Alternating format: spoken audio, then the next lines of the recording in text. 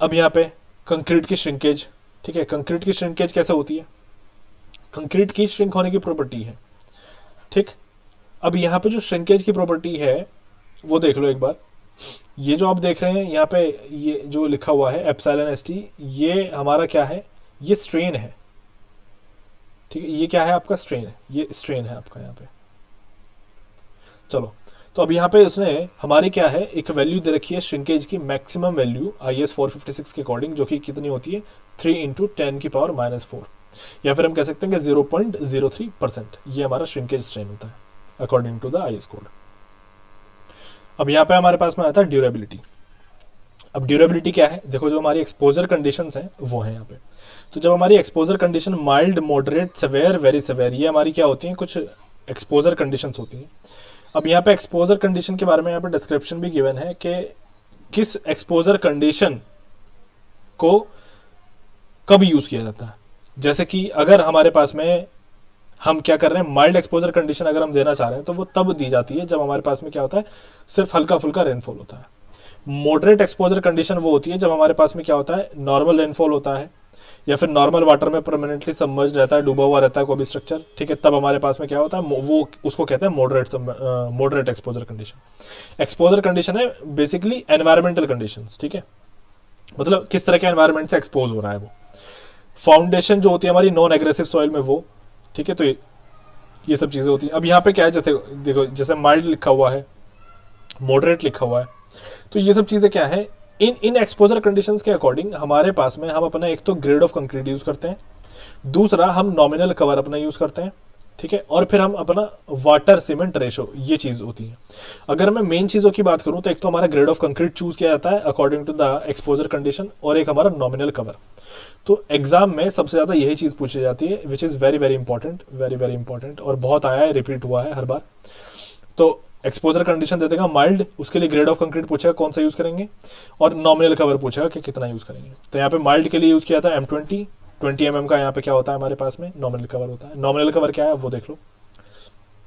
मान लो कि आपने यहाँ पे, ये आपका क्या है, स्टील है, ठीक है, ये आपका क्या है कंक्रीट में, ये आरसीसी है आपका, और यहाँ पे क्या है स्टील पड़ा हुआ है। तो इस स्टील को हम क्या करेंगे, ऊपर से कवर कर देते हैं। तो ये जितने डिस्टेंस, जितनी मोटी थिकनेस की हम ये एक कंक्रीट की, सॉरी सीमेंट की जो हम एक लेयर लगाते हैं, इसको हम कहते हैं नॉमिनल कवर। ये होता है क्या, नॉमिनल कवर इसको कहा जाता है, ठीक है। ये किस लिए होता है, ताकि हमारा जो ये स्टील है ये एक्सपोज ना हो, किसको एक्सपोज ना हो, एनवायरनमेंट को एक्सपोज ना हो, ठीक है। तो ये चीज है यहाँ पे। चलो अभी देखो, फिर ऐसी अगर सिवियर हमारा एक्सपोजर कंडीशन है तो उस केस में M30 कंक्रीट यूज करेंगे, 45 mm का हम क्या देंगे, अपना नॉमिनल कवर देंगे। अब देख लो यहाँ पे ये जो स्टार बनाए हुए हैं, ये स्टार के बारे में भी कुछ मतलब बैठता है। क्या मतलब बैठता है कि अगर मैं यहाँ पे एग्रीगेट का साइज थोड़ा सा चेंज कर दूं तो मेरा नॉमिनल कवर थोड़ा बहुत चेंज हो सकता है, ठीक है, वो चीज़ है। तो ये टेबल आप लोग याद कर लेना, ठीक है। अभी देख लो यहाँ पे ऐसी एक्सट्रीम कंडीशन में, अगर एक्सट्रीम कंडीशन है तो हम minimum grade of concrete M40 use करते हैं, मिनिमम नॉमिनल कवर हम 75 mm यूज करते हैं, यानी कि मिनिमम है, सबसे कम है, इससे ज़्यादा ही करना है हमें, इतना तो करना ही करना है, ये मतलब। अब देखो पहले वाले में, पहला जो स्टार था कि 20 mm पे था, तो 20 mm जो हमारा नॉमिनल कवर है कब था, जब हमारा माइल्ड एक्सपोजर कंडीशन था। देख लो सबसे पहला हमारा माइल्ड एक्सपोजर कंडीशन ही है, ये रहा माइल्ड वाला, ये आप लोगों के सामने। तो यहाँ पे ये कह रहा है कि हम जो अपना नॉमिनल कवर है वो 15 mm कर सकते हैं, ठीक है। कब कर सकते हैं, जब हमारा रेनफोर्समेंट, जो हमारी जो डायमीटर है, जो स्टील है उसका जो डायमीटर है वो 12 mm या फिर उससे कम होगा, तो फिर हम क्या कर सकते हैं, अपना 15 mm तक रिड्यूस कर सकते हैं, ये होता है। दूसरा देखो, ऐसे ही हमारा जो 45 mm है, ठीक है, नेक्स्ट किसकी बात कर रहा हूं मैं, ये देखो यहाँ पे, ये सेवेयर की बात कर रहा हूँ। सेवेयर में हमारा कितना है 45 mm में, तो यहाँ पे इसको भी हम 40 mm क्या कर सकते हैं, रिड्यूस कर सकते हैं, यानी कि नॉमिनल कवर भी हम 40 mm कर सकते हैं अगर हमारा ग्रेड ऑफ कंक्रीट M35 या फिर उससे ज्यादा होगा तो, ठीक है। अगर हमारा ग्रेड ऑफ कंक्रीट क्या होगा, M35 या फिर उससे ज्यादा, अभी कितना है M30 है। तो ये हमारी कुछ कंडीशंस हैं, और ये वाली कंडीशंस मोस्ट इंपॉर्टेंट है बिकॉज ये भी पूछी जाती हैं, ठीक है। तो इनको भी मेंशन करो यहाँ पे, very very important, very very important, पूछा है, ये रिपीट हुआ है। ठीक है, अब देखो यहाँ पे नेक्स्ट क्रीप ऑफ कंक्रीट। अब ये क्रीप ऑफ कंक्रीट क्या है? क्रीप देखो, क्रीप के बारे में हम लोगों ने 100 में भी पढ़ लिया था, लेकिन फिर भी मैं बताता हूँ। ये एक टाइम डिपेंडेंट है, ठीक है, टाइम पर डिपेंड करता है। स्ट्रेन आ जाता है कंक्रीट में, स्ट्रेन यानी कि उसकी जो लंबाई है वो बढ़ जाती है। अब सस्टेन लोडिंग की वजह से बढ़ती है। सस्टेन लोडिंग क्या है? यानी कि उस पर वजन लगा दिया, छोड़ दिया, यानी कि उसको लटका दिया, वजन लगाया हुआ है परमानेंटली बड़े लंबे के टाइम के लिए। तब उसके अंदर क्या आ जाता है अपना, ये क्रीप आ जाता है। वो जो चेंज इन लेंथ आता है उसको हम क्रीप कहते हैं। तो ये चीज़ होती है। अच्छा, अब देख लो एग्जैक्ट मैकेनिज्म जो है हमारे क्रीप का कंक्रीट के अंदर, वो अभी तक जो है अंडरस्टूड नहीं हुआ है कि क्या रीज़न होता है। लेकिन अगर मैं जनरली बात करूं तो यहाँ पर रीज़न जो हो सकता है वो ये होगा कि उसके जो इंटरनल मूवमेंट है, जो एब्जॉर्ब वाटर है, ठीक है, वो क्या है, उसका जो इंटरनल मूवमेंट है, ठीक, विस्कस फ्लो हो रहा है वहां पे, ठीक है, और स्लाइड हो रहे हैं किसके बीच में? जेल पार्टिकल्स के बीच में। मतलब देखो यहां पे कैसे कहना चाह रहा हूं मैं, कोई भी यहाँ पे, जैसे मेरे पास में यहाँ है, मैं छोटा सा इसको कंक्रीट का पीस एक ले लेता हूँ। तो मान लो मेरे पास में कंक्रीट का पीस है, तो यहाँ पे क्या है, यहाँ पे एड्जॉर्ब्ड वाटर है। तो ये वाटर का थोड़ा बहुत अगर मूवमेंट होगा, तब पहली चीज़ उसने ये कही है कि movement of absorbed water. Viscous flow, थोड़ा बहुत जो है विस्कस फ्लो हो रहा है, या फिर स्लाइड कर रहे हैं जेल पार्टिकल्स। जेल पार्टिकल्स का भी मतलब क्या है यहाँ पे? देखो जेल पार्टिकल्स का क्या मतलब है। अब यहाँ अभी जो जेल पार्टिकल्स हैं ये बनते हैं कंक्रीट के अंदर। कैसे बनते हैं? देखो इसके लिए थोड़ा सा बीएमसी का बेसिक्स आपको पता होना चाहिए। बीएमसी में जैसे हमने सीमेंट और कंक्रीट पढ़ा था, तो उसका थोड़ा सा बेसिक जो है आपको पता होना चाहिए। उसके अंदर कुछ 4 बोगस कंपाउंड्स थे, आप लोगों को याद होगा। उनमें से एक है C2S, ठीक है, उसके उनमें से एक है C2S, C2S die calcium silicate, ठीक है, ये चीज़ है। तो जेल पार्टिकल्स क्या होते हैं? अब हो क्या रहा है कि जेल पार्टिकल हमारा होता है CSH। अब ये CSH क्या है? यह है calcium silicate hydrate. Calcium silicate hydrate. अब जैसे ही CaO और ये SiO2 ये दोनों मिलते हैं और फिर हाइड्रेशन होता है, तो हम क्या कहते हैं कि भैया C2S बन गया, ठीक है। तो ये जो चीज, ये जो यहाँ पे चीजें बन रही है, जो रिएक्शन हो रही है, इस रिएक्शन के बाद में ये CSH बनता है, ठीक है, और इसी CSH को हम जेल कहते हैं। यही हमारा जेल पार्टिकल होता है, ठीक है। और इसी जेल पार्टिकल की वजह से ये समझ लो कि यहाँ पे C2S बन रहा है। यही C2S हमारा क्या है? जेल पार्टिकल है।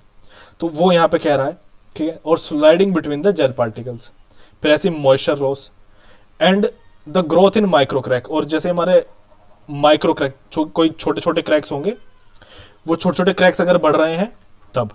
तो क्रीप हमारा कब कब आता है? अब सारा सारा एक बार रिकॉल कर लेते हैं। क्रीप हमारा कब आता है? जब इंटरनल मूवमेंट होता है एब्जॉर्ब वाटर का, तब थोड़ा विस्कस फ्लो हो रहा है तब, ठीक है। अगर हमारे जेल पार्टिकल्स जो हमारे जैसे कि C2S वगैरह ये सब है, ये सब स्लाइड हो रहे हैं एक दूसरे के ऊपर, तब मॉइस्चर थोड़ा सा लॉस हो जा रहा है तब, क्रैक्स के अंदर जो मूवमेंट है यानी कि जो क्रैक्स हैं वो अगर बढ़ जा रहे हैं तब, तो ये सब चीजें, तब हमारा क्रीप आता है। अब क्रीप की वैल्यूज क्या है? तो क्रीप की वैल्यू जो होती है, क्रीप को सबसे पहले तो डिनोट करते हैं थीटा से। क्रीप की वैल्यू होती है 2.2 7 दिन पे, यानी कि अगर हमने जिस दिन उस पर वजन लगाया, कंक्रीट के ऊपर वजन लगा के छोड़ दिया, उसके 7 दिन बाद आप देखोगे तो यहाँ पे 2.2 इतना वैल्यू आ चुका होगा। ये रेशो होता है, क्रीप जो होता है एक रेशो होता है, ठीक है, स्ट्रेन का। ऐसी 28 डेज पे अगर 28 दिन पे हम देखेंगे तो 1.6, और 1 ईयर पे देखेंगे तो 1.1। तो यानी कि एक तरीके से हम देखें तो जैसे जैसे टाइम बढ़ता जाता है तो क्रीप की जो स्पीड है वो भी कम होती चली जाती है। ऐसे देखो हायर वैल्यू ऑफ थीटा, यानी कि क्रीप की जो हायर वैल्यू है वो रिप्रेजेंट करती है हायर क्रीप स्ट्रेन, ये तो ऑब्वियस है।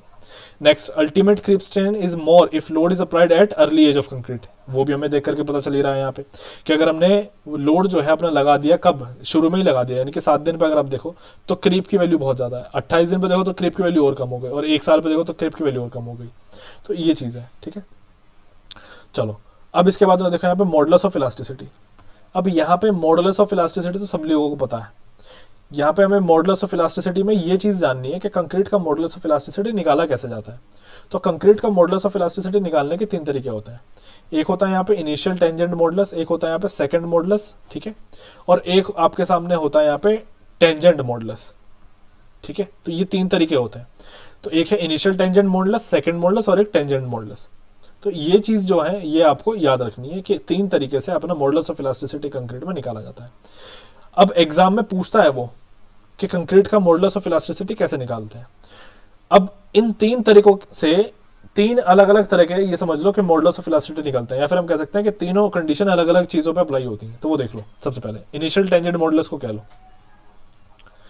तो यहाँ पे क्या है, ये होता है हमारा स्लोप ऑफ टेंजेंट, ठीक है। ये क्या होता है, slope of tangent drawn at a point of start of stress strain diagram.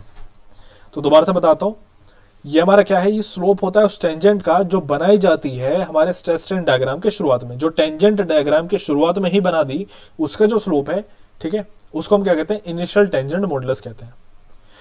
इसको हम डायनेमिक मॉडुलस ऑफ इलास्टिसिटी भी कहते हैं, ठीक है। इसको हम क्या कहते हैं, डायनेमिक मॉडुलस ऑफ इलास्टिसिटी। अब ये जो है एग्जाम में क्वेश्चन आता है कि डायनेमिक मॉडुलस ऑफ इलास्टिसिटी क्या क्या होता है, तो इनिशियल टेंजेंट मॉडुलस ही हमारा क्या होता है, डायनेमिक मॉडुलस ऑफ इलास्टिसिटी होता है।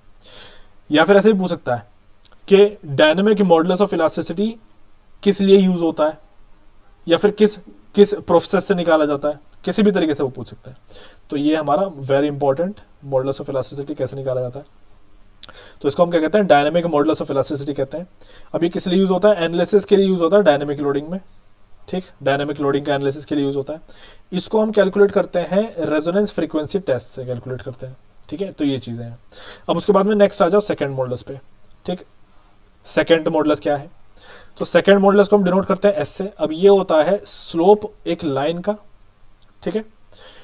अब कैसी लाइन का, एक ऐसी लाइन जो कि हमारे स्ट्रेस स्ट्रेन डायग्राम जहां से शुरू हो रहा है उसको ज्वाइन कर रही होती है, और जो हमारा अल्टीमेट स्ट्रेस है, सपोज करो कुछ भी वैल्यू होगी ना अल्टीमेट स्ट्रेस की, मैक्सिमम वैल्यू होगी अल्टीमेट स्ट्रेस की, तो उसका 1/3 जहां पे भी होगा उन पॉइंट्स को अगर ज्वाइन कर रही है और उस पर हम टेंजेंट ड्रॉ कर रहे हैं, तो उस लाइन का स्लोप हमें क्या देता है, यहाँ पे सेकंड मॉडुलस देता है। तो ये चीज है, जैसे कि यहाँ पे देख लो भैया, यहाँ इस पॉइंट पे ये जो आप देख पा रहे हैं, ये आपका अल्टीमेट पॉइंट है, यहाँ पे अल्टीमेट स्ट्रेस है यहाँ पे। अब इसका सपोज करो कि 1/3 कहाँ पे आ रहा है, 1/3 इसका कहीं यहाँ पे आ रहा है, या 1/3 जो देखो यहाँ पे आएगा, ये यहाँ पे मेंशन किया हुआ है FU/3, ये यहाँ पे क्या है आपका FU अल्टीमेट स्ट्रेंथ है, यहाँ पे ये आपका क्या है, अल्टीमेट स्ट्रेंथ है। तो यहाँ पे अल्टीमेट स्ट्रेंथ आ गया, अल्टीमेट स्ट्रेंथ का 1/3 क्या है यहाँ पे, तो ये रहा हमारा स्टार्ट पॉइंट, इनिशियल पॉइंट, और ये हमारा 1/3, ठीक है। तो इन दोनों को ज्वाइन कर रही है जो लाइन, ये वाली लाइन ज्वाइन कर रही है, तो इसको हम क्या कहते हैं, एस से डिनोट करते हैं, और ये एस हमारा क्या है, यहाँ पे सेकंड मॉडुलस है, ठीक है। तो ये चीज है, इसको हम स्टैटिक मॉडुलस ऑफ इलास्टिसिटी भी कहते हैं, ठीक है, स्टैटिक मॉडुलस ऑफ इलास्टिसिटी भी कहते हैं। इसी का फॉर्मूला गिवन है आईएएस कोड में, EC = 5000 √FC।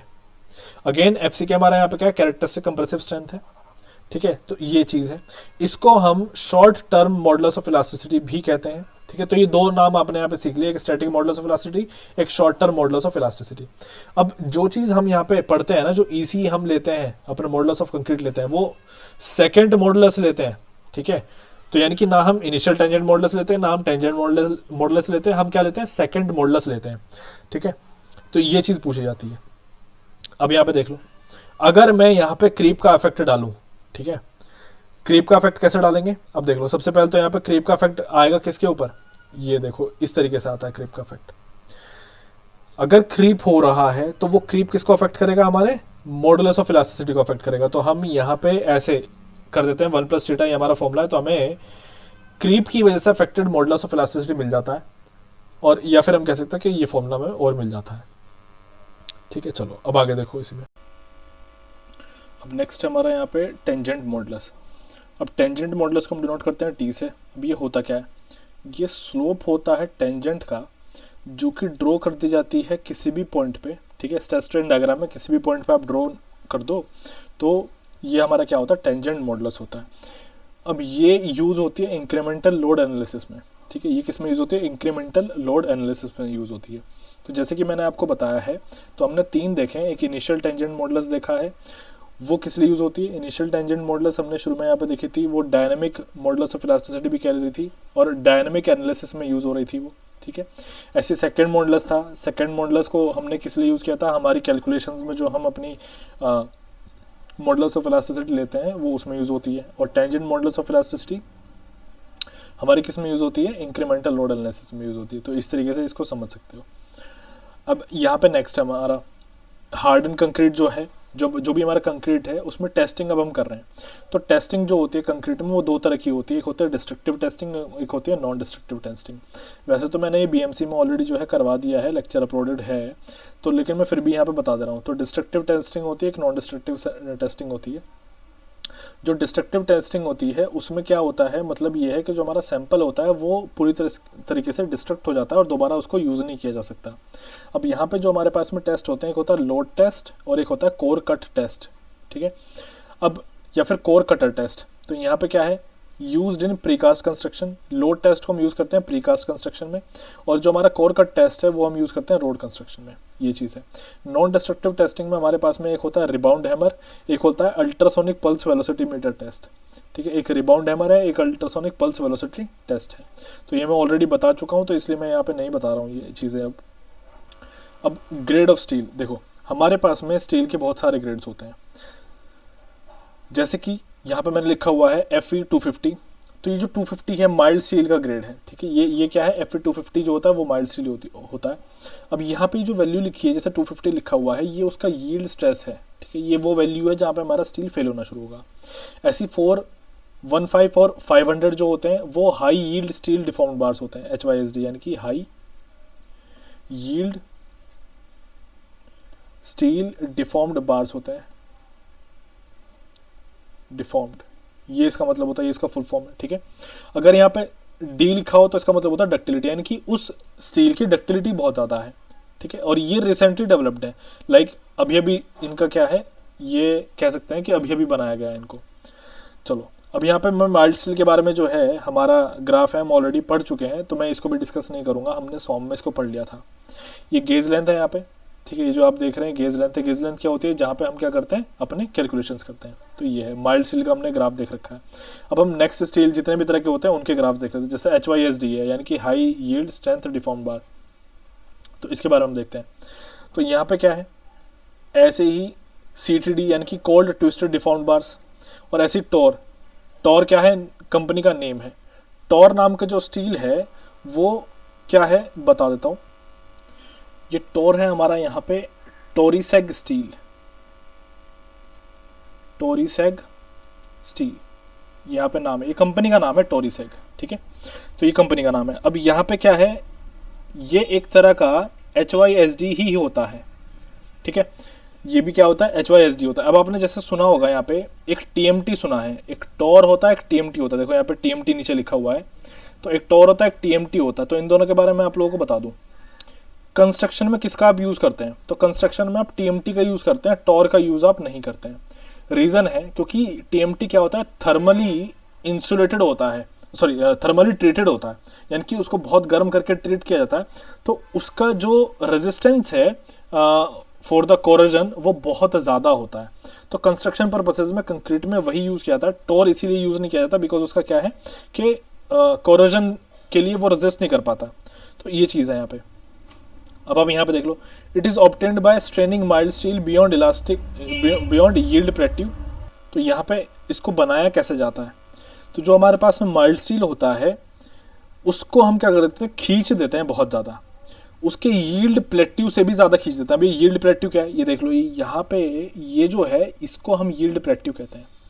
अब ये यील्ड प्लेट्यू के बारे में हम लोग जो है अपने सॉम में पढ़ चुके हैं। सॉम का जो अपना पहला चैप्टर था उसमें जब मैंने स्ट्रेस स्ट्रेन डायग्राम बताया हुआ है उसमें हम पढ़ चुके हैं। तो ये मैंने सी लिख दिया, सॉरी, यहाँ पे ये अपना यील्ड प्लेट्यू है। यहाँ पे यील्ड प्लेट्यू में ही हमारे क्या आते हैं, दो पॉइंट्स आते हैं, एक होता है अपर यील्ड पॉइंट, एक होता है लोअर यील्ड पॉइंट। तो ये वही कह रहा है कि हम क्या करते हैं, उसको स्ट्रेच कर देते हैं, ठीक है, स्ट्रेच कर देते हैं यील्ड प्लेट्यू से भी आगे तक। तो होता क्या है कि जो हमारा यील्ड प्लेट्यू है वो गायब ही हो जाता है उसमें से, ठीक है। तो जब वो यील्ड प्लेट्यू गायब हो जाता है फिर हम क्या करते हैं, उसके बाद में उसको थोड़ा बहुत ट्विस्ट करते हैं, जैसे भी बनाया जाता है, ट्विस्ट किया जाता है, स्ट्रेच किया जाता है एक पर्टिकुलर टेम्परेचर पे, और फिर उस वजन को हटा दिया जाता है। तो इस तरीके से हमारी ये जो बार होती हैं ये बनाई जाती हैं, ठीक है। अब यहाँ पे क्या है कि HYSD जो है हमारा बहुत ही ज़्यादा, मतलब स्ट्रेंथ के मामले में तो अच्छा है, लेकिन डक्टिलिटी के मामले में क्या है वो कम है, माइल्ड स्टील का कंपैरिजन में, यानी कि वो क्या होता है, लेस डक्टाइल होता है। तो ये पॉइंट वेरी इंपॉर्टेंट है, ये इंपॉर्टेंट है हमारा यहाँ पे, ठीक। अब यहाँ पे क्या है, जब हमारा डेफिनेट यील्ड पॉइंट होता है उसके एब्सेंस में हमारा 0.2% प्रूफ स्ट्रेस जो होता है वो हमारा क्या ले आता है, यील्ड स्ट्रेस ले आता है। अब ये जो चीज़ है यहाँ पे, ये हम सॉम में पढ़ चुके हैं, आप लोगों को याद ही होगी, ठीक है। चलो अब यहाँ पे नेक्स्ट आ जाओ, थर्मो मैकेनिकली ट्रीटेड बार्स पे, यानी कि टीएमटी बार्स पे आ जाओ। तो ये जो बार्स होती हैं ये कैसे बनाई जाती हैं, इनको हम क्या करते हैं, थर्मली और मैकेनिकली प्रोसेस से क्या करते हैं, पास करते हैं। तो इसको बहुत ज़्यादा हाई टेम्परेचर पे क्या किया जाता है, ट्रीट किया जाता है, ये होता है। अब यहाँ पे क्या होता है, स्टील को बहुत ही ज़्यादा हाईली कोरोसिव रेजिस्टेंस बना देते हैं। यही चीज़ मैंने अभी बताई थी आप लोगों को। तो हम किसको यूज़ करते हैं, हम टीएमटी को यूज़ करते हैं, टॉर्क को यूज़ नहीं करते हैं। तो टीएमटी बार्स जो होती हैं ये ज़्यादा डक्टाइल होती हैं HYSD से। टीएमटी बार्स के और फीचर्स जो होते हैं HYSD के ही जितने भी फीचर्स हैं वही हम अपने ये टीएमटी बार्स के भी फीचर्स होते हैं, मतलब ऑलमोस्ट सेम है हर चीज़ में, बस ये है यहाँ पे। अब ये टीएमटी बार का स्ट्रक्चर कैसा होता है वो देख लो यहाँ पे। तो टीएमटी बार में यहाँ पे बाहर की तरफ क्या होती है, एक कोरोजन रेजिस्टेंस लेयर होती है, उसको हम कहते हैं outer corrosion resistance layer. Middle में क्या होता है, हार्ड लेयर होती है, वो स्ट्रेंथ के काम होती है। और अंदर में एक सॉफ्ट लेयर होती है, वो किस काम आती है, वो डक्टिलिटी के काम आती है। तो यहाँ पे तीन चीज़ें होती हैं, डक्टिलिटी भी इसके पास होती है, स्ट्रेंथ भी इसके पास होती है, और कोरोसिव रेजिस्टेंस भी होती है। अब यहाँ पे देख लो, जैसे जैसे हम परसेंटेज कार्बन का बढ़ाते चले जाते हैं, स्ट्रेंथ बढ़ जाती है लेकिन डक्टिलिटी घट जाती है। ये तो कॉमन सी चीज़ है, सॉम में मैं बता चुका हूँ ऑलरेडी। तो यहाँ पे हमारा पहला चैप्टर जो है आरसीसी का वो कंप्लीट हो गया है, ठीक है। अब हम अपना नेक्स्ट चैप्टर देखेंगे। अब थ्योरेटिकल वाला पार्ट जो मोस्टली सारा थ्योरेटिकल था वो हमने यहाँ पे कवर कर लिया। अब कैलकुलेटिव पार्ट और आईएएस कोड जितनी भी चीज़ें हैं जिनसे सबसे ज़्यादा क्वेश्चंस आते हैं, अब वो शुरू हम यहाँ पे करने वाले हैं, ठीक है।